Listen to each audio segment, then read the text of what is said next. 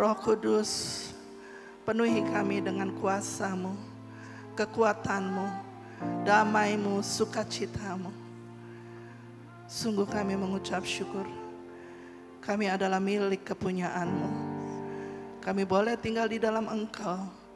Dan Kristus yang ada di dalam kami adalah pengharapan akan kemuliaan. Di dalam nama Tuhan Yesus, yang siap mendengar firman Tuhan katakan amin. Amin. Shalom. Silakan duduk. Waktu cepat berlalu, ya. Kita sudah ada di minggu kedua bulan Mei. Tapi tetap kita percaya bahwa di dalam segala sesuatu ada waktunya dan Tuhan sedang mengerjakan sesuatu yang indah di setiap musim hidup kita. Amin. Jadi jangan sampai kita cuma tertunduk, terpaku dengan masalah-masalah yang sedang kita hadapi. Yang pasti masalah tidak diundang pun datang. Tapi kita percaya yang tetap hadir adalah Kristus yang ada bersama kita. Dia tidak pernah datang dan pergi, Dia Allah yang setia, amin. Apapun yang kita hadapi, Dia Tuhan yang selalu tahu kelemahan kita. Tuhan selalu tahu bahwa memang kita nggak mampu untuk menghadapi semuanya. Tapi ini waktunya kita mengandalkan Tuhan dan selalu menaruh harap hanya kepada Dia. Kita akan belajar, ya. Ini bulan train, ya. Setiap kita pasti akan diajar, mulai dari kecil sampai hari ini kita selalu dilatih, apalagi untuk menjadi seorang juara. Ya, banyak hal yang harus kita lakukan. Banyak hal yang harus kita latih, ya. Kalaupun hari-hari ini banyak sekali yang di rumah yang tadinya nggak bisa masak, sekarang pinter masak, bikin apapun, pasti itu juga memerlukan pengajaran, pelatihan, dan praktek. Ya, dalam latihan nggak cuma teori, tapi ada praktek, ada ujian, ada tes. Biasanya saya sebagai testing, ya. Selalu kalau ada siapa yang masak, Ibu Meli dulu yang tes gitu kan. Saya senang sekali, ya kan. Bu, gimana Bu rasanya Bu? Wah, oh ya ini bagus tapi kurang ini. Oke, latihan lagi, bikin lagi, ya kan. Jadi nggak berhenti cuma sekali terus selesai. Tapi terus dilatih, terus dites. Untuk menjadi seorang juara perlu latihan banyak, perlu pengajaran banyak. Apalagi kita akan belajar yang minggu lalu Pak Hando bagikan menjadi lebih daripada pemenang. Gimana latihannya lebih daripada pemenang? Bicara tentang apa kalau kita bicara tentang lebih daripada pemenang? Kita lihat selanjutnya. Oh ya, tren ini artinya ya kita tahu bahwa kita mengajar agar menjadi pas, berkualitas, mahir, ya, menjadi expertise untuk membentuk dengan segala instruksi, disiplin dan latihannya. Ya, membuat persiapan seperti latihan untuk ujian. Pasti setiap latihan ada ujian, ada tesnya. Selanjutnya kita lihat. Setiap kita yang percaya, kita tahu bahwa kita dibentuk bukan hanya Tuhan iseng membentuk kita, menjadikan kita. Tapi Tuhan punya satu pola, ya, seperti orang membuat baju atau membuat kue, apapun yang akan dibuat, seperti merancang bangunan, pasti ada dulu sebelum terjadi sesuatu ada gambar, ada pola. Dan dari semula Tuhan sudah mengatakan bahwa kita memiliki pola yang jelas, yaitu menjadi serupa dengan Dia. Itu ada di Roma 8:29. Mari kita baca bersama-sama. Sebab semua orang yang dipilihnya dan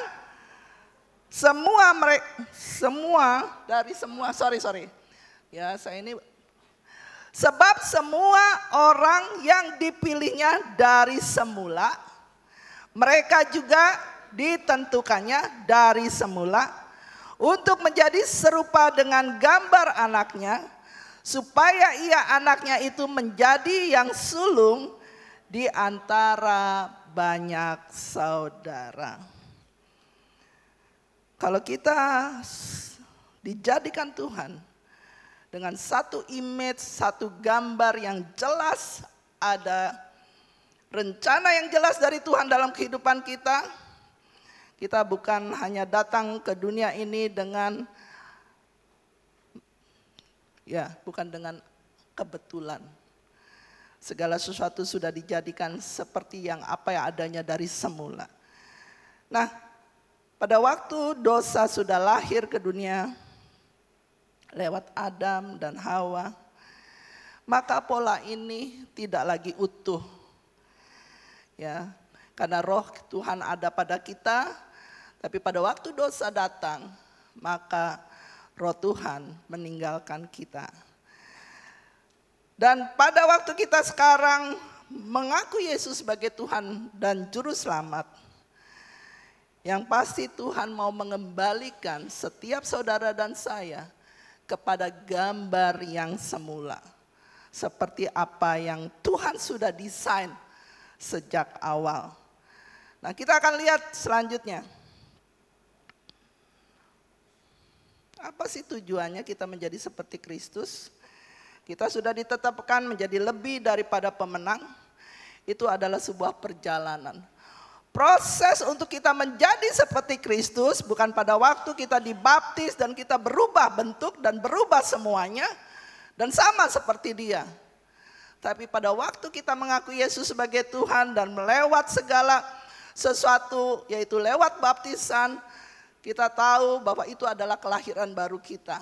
Dan itu adalah proses perjalanan kita. Di sini Tuhan ingatkan bahwa pada waktu kita sudah dipanggil dan dipilihnya, kita dibenarkan. Dan kita dibawa Tuhan, dibentuk untuk menjadi serupa dengan gambarnya.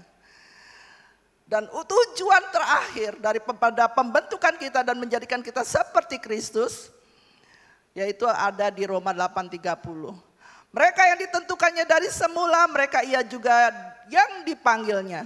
Dan mereka yang dipanggilnya, mereka itu juga yang dibenarkannya. Dan mereka yang dibenarkannya, mereka itu juga dimuliakannya. Jadi tujuan kita menjadi serupa dengan gambar Tuhan, yaitu pada waktunya bersama Kristus dimuliakan.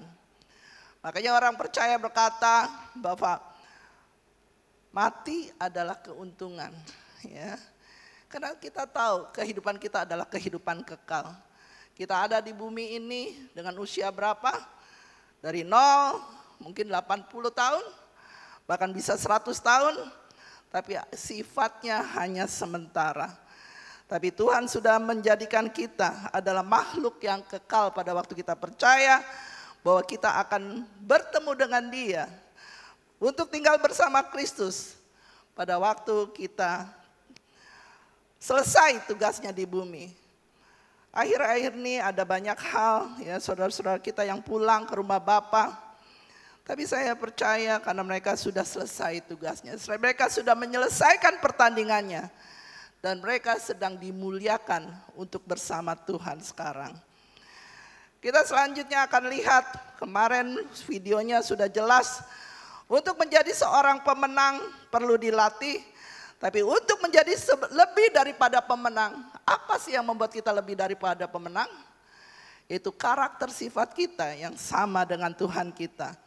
Tuhan pada waktu Dia ada selama di bumi selama 30 tahun, Tuhan sedang mengajar kita apa yang mereka buat atau Tuhan buat selama perjalanannya di bumi.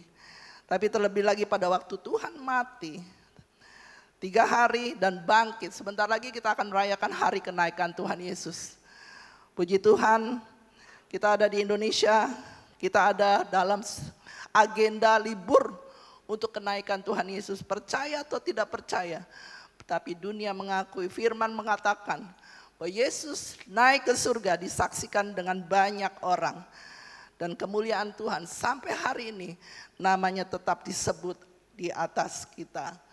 Kita akan lihat untuk menjadi seorang pemenang, lebih daripada seorang menang, apa sih yang perlu kita latih? Ini perlu latihan setiap hari, setiap waktu. Kita akan melihat siapa dia sesungguhnya, sifat karakternya seperti apa. Kalau kita bicara tentang menjadi serupa dengan dia, kita pasti tahu kalau dia adalah kasih.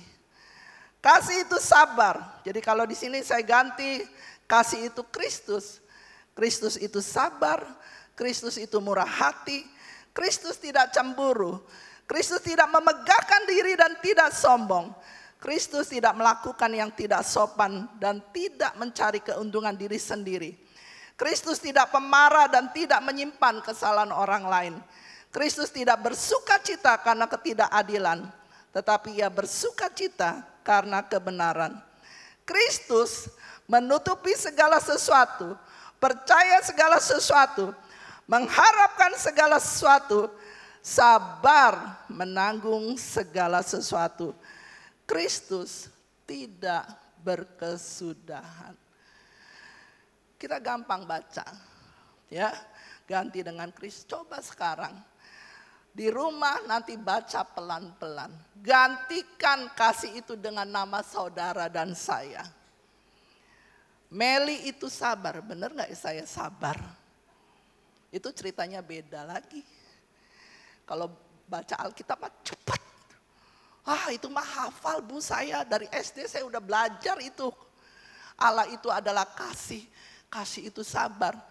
Coba pelan-pelan nanti di rumah, nikmati firman ini. Apakah itu saya ya? Atau cuma Kristus saja yang ada di sana, yang memiliki semuanya? Kalau kita dikatakan mau menjadi lebih daripada pemenang, kalau kita diciptakan segambar image-nya Tuhan sendiri, pastikan ini termanifestasi dalam hidup saudara dan saya. Apalagi di sini ya. Mungkin kalau yang biasa nggak marah gampang, tapi saya, Meli, tidak pemarah. Waduh susah bu. Saya ini gampang loh marah. Gak tahu kenapa ya. Kok tiba-tiba mungkin ya saya darah tinggi ya bu ya. Jadi saya gampang marah. Banyak hal. Untuk menjadi seperti dia, itu perlu waktu. Kita lihat selanjutnya. Bagaimana kita menjadi seperti dia? Kalau kita dibiarkan sendiri nggak mungkin. Sekalipun Alkitab kita baca bolak-balik, bu saya sudah habis loh tahun ini. Bahkan 3 kali saya baca dari Kejadian sampai Wahyu. Tapi apakah betul hidup kita menjadi segambar dengan dia pada waktu kita baca Alkitab? Bu saya sudah doa loh bu, setiap hari bu. Apakah betul doa kita yang membuat kita menjadi serupa dengan dia? Kita perlu dilatih dan diajar oleh Roh Kudus. Karena dia adalah Tuhan sendiri. Makanya pada waktu kita hidup menjadi ciptaannya baru. Yang lama sudah berlalu. Yang lama itu siapa sih? Ego kita. Yang lama itu siapa? Yang menjadi raja dalam hidup saya. Sebelumnya ya saya sendiri. Suka-suka gua, mau marah kek, mau enggak kek. Suka-suka. Tapi kalau sekarang, pada waktu kita menyerahkan hidup kita ke dalam tangan Tuhan, wow, gak bisa suka-suka. Roh Kudus tidak akan mungkin melakukan sesuatu yang berlawanan dengan firman Tuhan. Makanya andalkan dia, mau dipimpin oleh Roh Kudus. Kita di sini mengakui ada baptisan Roh Kudus. Tapi setelah baptisan Roh Kudus apakah selesai? Keputusannya ada di kita. Bukan masalahnya kita dibaptis Roh Kudus atau belum. Tapi segala sesuatu yang akan kita kerjakan, apapun pilihannya, itu tergantung putusan kita. Apakah untuk menyenangkan diri kita, atau memang ini berkenan di hadapan Tuhan. Dikuasai Roh Kudus. Tadi firmannya, coba kita lihat. Hidup dipimpin roh. Sebab mereka yang hidup menurut daging hanya memikirkan hal-hal yang dari daging. Tapi mereka yang hidup menurut roh memikirkan hal-hal dari roh. Karena keinginan daging adalah maut, tetapi keinginan roh adalah hidup dan damai sejahtera. Pada waktu kita dipimpin oleh roh, tanda yang paling nyata adalah damai sejahtera. Boleh dunia gonjang-ganjing apapun persoalannya, setiap hari ada yang baru. Maksudnya persoalan-persoalan yang baru maupun berkat-berkat yang baru. Tapi kita nggak akan menjadi bingung. Karena Tuhan sumber damai sejahtera kita. Kalau kita hidup dipimpin roh, Tuhan katakan kerajaanku tidak pernah tergoncangkan. Hari ini kita tergoncang dengan berita apapun juga yang datang dengan tiba-tiba. Tapi pada waktu kita dipimpin roh, kita tinggal di dalam kerajaannya. Tetap damai sejahtera hadir dalam hidup kita. Amin. Sama waktu Tuhan Yesus ada di dalam perahu ataupun kapal. Dan tiba-tiba angin badai datang mengamuk. Kristus adalah roh. Dipimpin oleh roh. Dikuasai oleh kuasa roh. Dia tinggal tertidur. Sampai murid-muridnya menganggap bahwa Yesus menginginkan mereka binasa. Mungkin hari ini kita juga menganggap, aduh Tuhan, kenapa masalah ini begitu berat? Apakah Tuhan menginginkan saya binasa? Tuhan bilang, rancanganku bukan rancangan kecelakaan. Rancanganku bagimu adalah rancangan damai sejahtera. Untuk masa depan yang penuh dengan harapan. Tapi persoalannya kita ini dipimpin ini oleh ego, keinginan apapun. Sehingga membuat kita takut. Tapi pada waktu kita dipimpin roh, ketakutan minggir. Katakan minggir. Takut. Gak usah deh. Aku gak takut lagi. Persoalannya siapa yang memimpin kita hari ini? Kalau kita masih ada dalam ketakutan, kita tanda tanya. Siapa yang memimpin hidup saya? Karena Tuhan katakan, pada waktu kita dipimpin roh, hidup kita penuh dengan damai dan sukacitanya. Persoalan boleh datang, persoalan pergumulan tetap ada, tapi Tuhan akan menuntun kita melewati semuanya. Bahkan Tuhan akan membawa kita terbang di bawah kepak sayapnya untuk menyatakan dan ada di dalam kemuliaannya. Masih takut? Undang Roh Kudus, penuhi dengan rohnya. Terus kita akan belajar bagaimana kita untuk menjadi seperti dia. Hidup dipimpin roh dan selanjutnya kita juga harus memiliki kedisiplinan. Menjadi seorang pemenang perlu latihan yang disiplin. Apapun yang dilakukannya hanya satu tujuannya, menjadi pemenang. Pada waktu kita dipimpin oleh roh, hanya satu tujuannya, hidup menjadi seperti Kristus. Untuk pada waktunya bersama Kristus dimuliakan. Jadi di sini dikatakan latihan badan ini terbatas gunanya. Tetapi ibadah itu berguna dalam segala hal karena mengandung janji baik untuk hidup ini maupun untuk hidup yang akan datang. Hari ini kita ada hadir di sini bukan karena kita lebih baik dari yang tidak hadir, bukan karena kita mau saja, tapi karena kita dipimpin oleh Roh untuk ada di dalam ibadah ini sebagai latihan. Tapi seringkali disiplin rohani ini ya, kita lihat aja disiplinnya kalau orang latihan tuh perlu waktu. Ya. Disiplin sama waktu. Kalau saya kemarin puji Tuhan ya luar biasa. Saya pergi ke namanya ke satu tempat ya. Waterfall. Ya. Itu tempatnya sangat bagus sekali. Dan harus bayar harga. Untuk sampai ke waterfall, itu kan adanya di bawah. Itu perlu satu, bukan hanya teguh hati ya. Keyakinan gitu loh. Pokoknya saya harus lihat.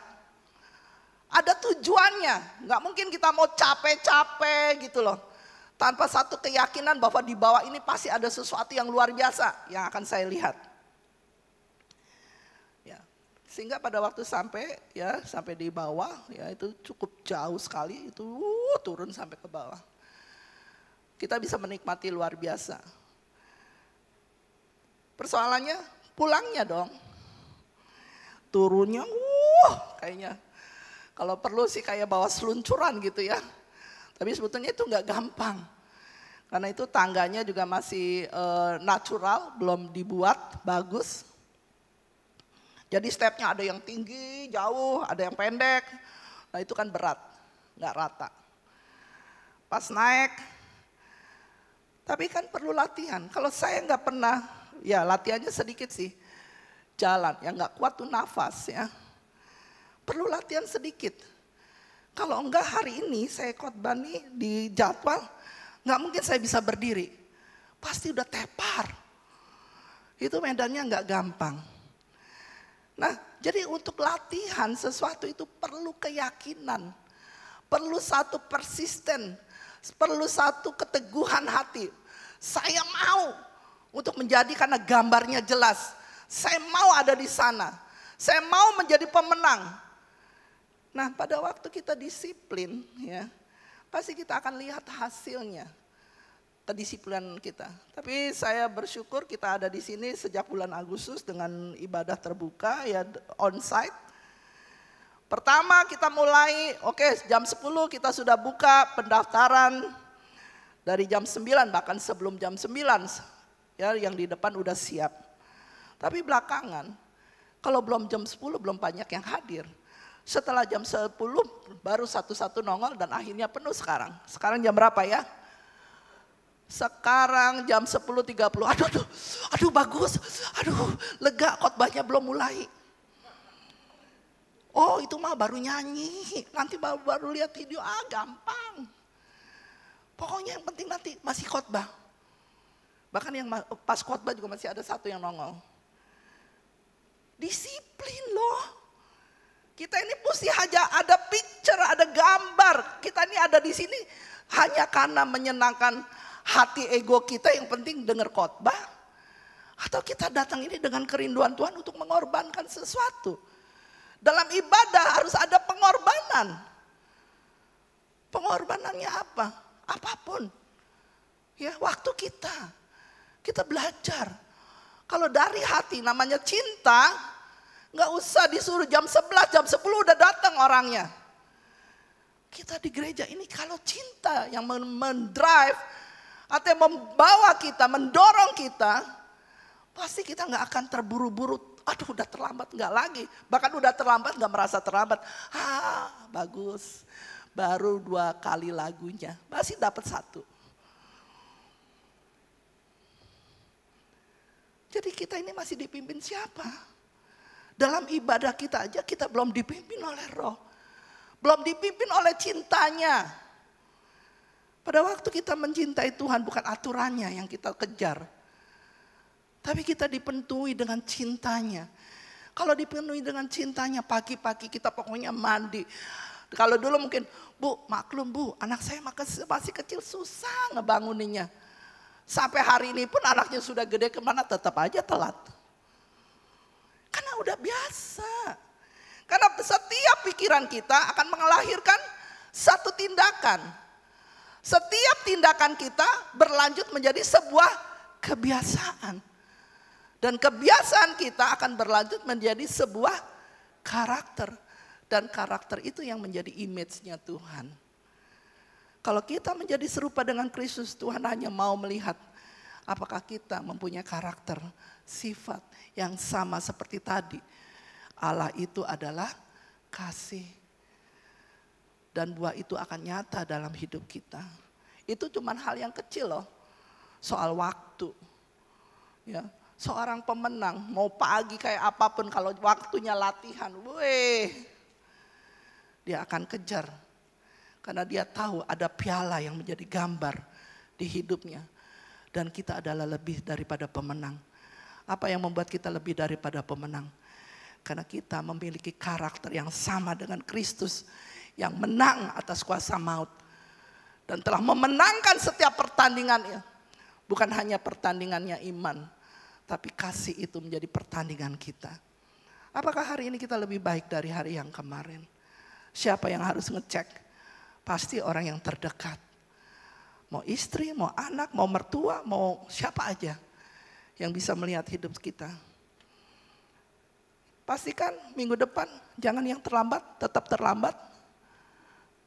Amin. Amin.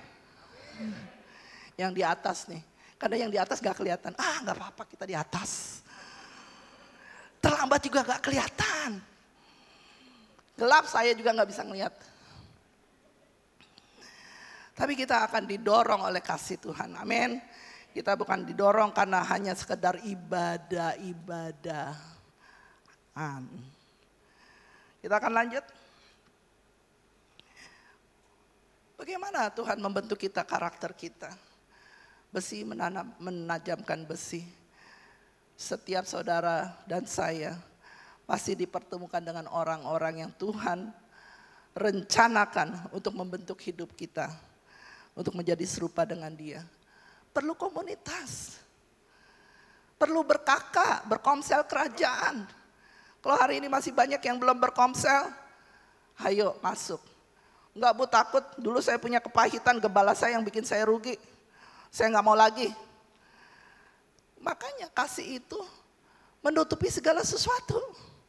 Yang lama sudah berlalu, yang baru sudah datang. Enggak semua orang sama. Pengalaman buruk kita jangan sampai menjadikan kita terus ini loh, Bu, aku masih luka, aku masih pahit. Enggak bisa kita melupakan. Tapi paling enggak maafkan orang itu sampai tidak lagi timbul rasa sakit. Dan kita beranjak karena Tuhan punya rencana besar buat saudara dan saya. Lewat komunitas ini kita akan dibentuk Tuhan. Enggak ada cara lain pembentukan kita. Enggak mungkin kita dibiarkan sendirian sampai berkarat. Kalau pisau enggak pernah dipakai sampai akhirnya berkarat, udah enggak bisa dipakai. Tapi pisau harus dipakai dan kalaupun ada tumpul harus diasah dengan besi yang lain. Hidup kita nggak bisa kita mengisolasi diri sendiri kecuali karena COVID. Boleh mengisolasi diri. Tapi selebihnya kita harus tetap punya komunitas. Janganlah kita menjauhkan diri dari pertemuan-pertemuan yang ditetapkan tuh pertemuannya. Ibadah kita seperti dibiasakan oleh beberapa orang. Tetapi marilah kita saling menasehati. Karena di dalam komunitas ada nasihat. Ada pertolongan. Ada kasih untuk saling membangun dan memperhatikan. Marilah kita saling menasehati dan semakin giat melakukannya menjelang hari Tuhan yang mendekat. Karena menjelang hari Tuhan yang mendekat kasih semakin tawar. Apa yang nyata? Orang akan melihat ataupun hanya memikirkan dirinya sendiri. Tapi kita anak-anak kerajaan, kita tetap ada di dalam komunitas. Karena Kristus yang ada di antara kita adalah pengharapan akan kemuliaan. Di dalam komunitas kita akan mengalami terobosan, mengalami jalan-jalan yang baru mungkin dengan karakter-karakter teman kita yang baru kita jumpai yang berbeda dari kita. Tapi kita akan memperluas. Memperluas apa? Hati kita. Kita harus punya besar, hati yang besar. Bukan hanya badan yang besar. Tapi pastikan kita mempunyai hati yang besar. Untuk menerima orang lain apa adanya. Karena dia sangat unik. Setiap saudara dan saya adalah satu-satunya gak ada kopinya. Gak ada yang bisa mengkopi saya. Gak ada. Itulah uniknya Tuhan.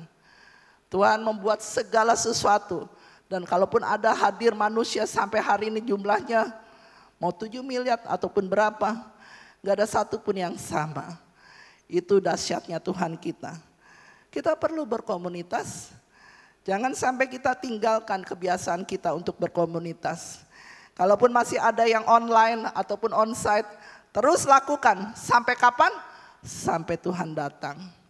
Atau sampai kita pulang ke rumah Bapa karena tugas kita sudah selesai. Jadi untuk kita melatih diri kita untuk menjadi seperti Dia, Gak ada cara lain selain kita ada di antara saudara-saudara kita juga. Kita lihat di dalam komunitas, Tuhan juga menguji kita. Kalau kita melihat ujian, ya, kalau anak pada waktu saya sekolah tentunya kalau setiap ujian pastilah diminta tenang ya. Pasti kita nggak boleh ribut apalagi nyontek gitu kan. Tapi saya pada waktu kuliah itu saya pikir pada waktu ujian oke, boleh buka bukunya gitu kan. Wih seneng banget ya, kok ujian boleh buka buku ya. Saya udah siapin buku-bukunya karena kita ujian apapun ya bukunya itu. Tapi yang keluar itu di luar buku. Wah, kok malah lebih susah ya? Kalau kita masih ada di dalam buku, kita masih bisa hafalin di rumah. Kita bisa langsung, tapi begitu suruh buka bukunya ada di atas meja kita, ujian boleh bawa buku. Bukunya ujiannya, bahannya semua di luar dari ada yang buku. Mungkin kita juga sudah menghafal firman Tuhan. Kita sudah menghafal siapa Tuhan kita. Tapi ujian hidup kita itu jauh. Perlu praktek, perlu pengalaman, bukan pengetahuan. Itu yang kadang-kadang membuat kita sulit, lebih sulit. Kok seperti ini ya? Mengikut Tuhan seperti ini ya? Kenapa ya kejadiannya seperti ini? Tapi Tuhan sesungguhnya sedang menguji kita. Menguji hati iman kita, apakah kita tetap percaya kepada Dia. Menguji kasih kita, pada waktu kita kok bisa ya. Orang yang saya tolong, yang saya bantu sejak dari dulu. Dulu Bu dia waktu ke Bali gak punya apa-apa Bu. Saya bantu. Sekarang dia udah kaya, tapi kok sekarang dia malah jahat sama saya. Bisa ya. Kita cuma cek sama Tuhan, Tuhan apa maksudnya? Karena bagi Tuhan, kita sedang membawa, kalau ujian kan apa sih tujuannya? Naik kelas. Gak ada orang diuji di sekolahnya untuk turun kelas ya, kecuali hasilnya yang jelek. Makanya Tuhan menguji kita juga untuk kita naik kelas. Bagaimana kita berespon dengan setiap kejadian dalam hidup kita. Pada waktu kita berespon, kasih itu menjadi satu jawaban. Pada waktu ada orang yang memusuhi kita ataupun membuat kita sakit, ini waktunya kita membalas dengan kebaikan. Dan pada waktu kita berespon seperti itu, luluslah kita untuk sesuatu yang baru. Ya kan, kalau Pak Handoko kan dulu kejepit pintu, dapat BMW. Semua orang mau BMW-nya dulu. Mana mau kejepit pintu. Tapi setiap ujian, Tuhan ingatkan, kalau emas harus diuji dengan api. Kalau kita punya karakter, siapa yang menguji kita? Uang itu yang menguji integritas kejujuran kita. So pasti, kalau orang gak pernah punya uang, gak punya kuasa. Begitu dia dikasih uang dan kuasa, itu ujiannya. Dan itu yang menguji karakter kita. Kalau waktu, itu menguji kesetiaan kita. Hujan, panas, ya, mendung, badai, tetap saya mengasihi dia, saya mau datang ke dia, saya mau datang ke rumah Tuhan. Waktu yang menguji kesetiaan saudara dan saya. Banyak orang cuma punya waktu yang lalu, saya punya dulu. Saya ini gembala KM, gembala sektor, gembala apapun. Terus sekarang Pak kemana Pak? Enggak, itu masa lalu. Saya pahit sama gembalanya. Udah gak usah repot-repot lah, gak usah menggembala. Tuhan menginginkan kita tetap setia. Karena dia adalah yang setia, amin. Karakter Tuhan dia adalah yang setia. Kita memuji Tuhan, kita tidak memuji Tuhan, tetap dia Allah yang setia mengasihi saudara dan saya. Kenapa? Kita lihat matahari. Matahari terbit pada waktunya. Dia gak pernah milih karena ini orang baik cuma kasih matahari, yang gak baik gak usah dikasih matahari. Tetap Allah yang setia. Kita lihat tadi slide-nya tentang ujian. Ya kan?